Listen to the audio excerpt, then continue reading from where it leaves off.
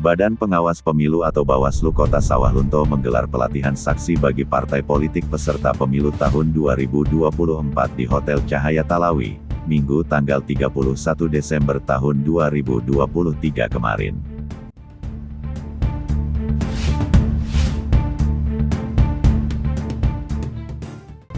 Pelatihan yang diikuti 99 peserta dari utusan 11 parpol serta sejumlah awak media itu menghadirkan dua narasumber, masing-masing Hairil Anwar yang kerap disapa Tan Marajo dan Dwi Murini. Jadi dalam hal ini kita menghadirkan dua narasumber nantinya. Jadi kami berharap Bapak Ibu mengikuti kegiatan ini sampai selesai. Apa-apa saja yang boleh saksi-saksi itu dilakukan pada saat penghitungan suara, pemungutan suara, dan pasca penghitungan suara. Jadi di sini pada pelatihan ini harus diketahui juga dulu bahwa daftar pemilih itu ada daftar pemilih, ada daftar pemilih tambahan, dan ada daftar pemilih khusus. Dan itu yang harus dipahami dulu bagi saksi-saksi peserta pemilu. Jangan sampai terjadi kecurangan-kecurangan pada saat pemungutan suara nantinya dan penghitungan pasca penghitungan juga. Hanya kecurangan-kecurangan baik itu antara penyelenggara dengan penyelenggara sama penyelenggara, saksi per saksi, partai per partai nantinya. Jadi dalam hal ini itu tuh ada namanya daftar pemilih tambahan, daftar pemilih tambahan ini atau yang dikenal dengan DPTB. Itu pemilih yang karena keadaan tertentu pindah memilih. Tapi hari ini orang tidak lagi berpikir tentang di mana orang kampanye dan gagasan apa yang mereka sampaikan. Orang hanya kampanye di sini Pak hari ini. Ya kan?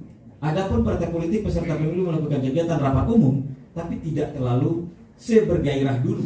Karena hari ini bangun pagi orang sudah bisa melihat akses di media sosial ataupun berita-berita apa sih yang terjadi pagi ini di Talawi, di Sawalunto, bisa perlu dilihat pagi itu. Ada satu kota, saya baru datang ke Bawaslunya, nggak usah saya sebutkan kotanya di mana.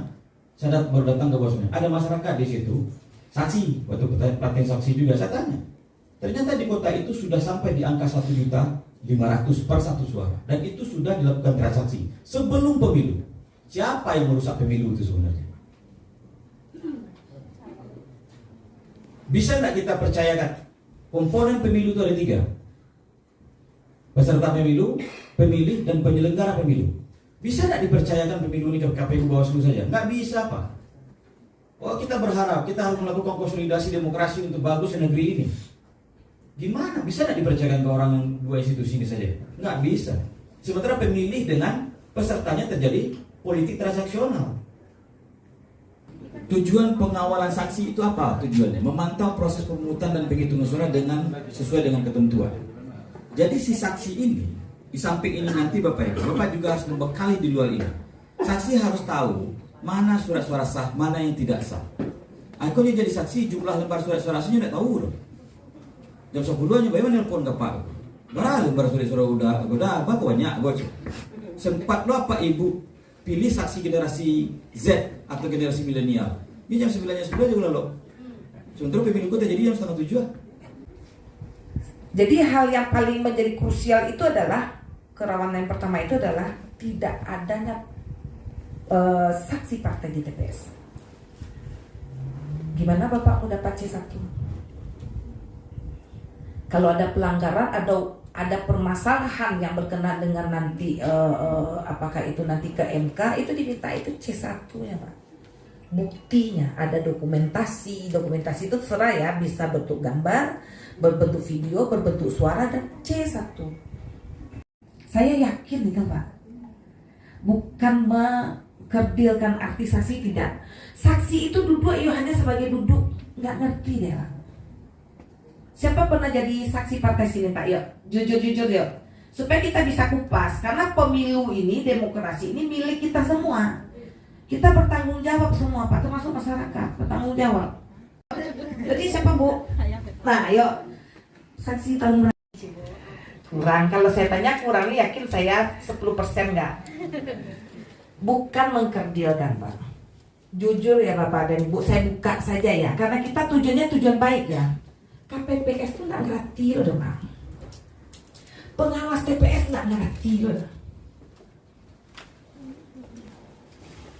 Makanya kadang-kadang pelanggaran yang terjadi di dalam TPS itu pelanggaran pidana nggak sengaja. Peraturan yang ada itu luar biasa Pak. Alun bercerita tentang surat suara sah nggak sah? Sah kecek ketua KPPS sah. Kira nggak sah loh. PSU demo, ya kan? Padahal kita nggak ngerti, nggak ngeh sebenarnya.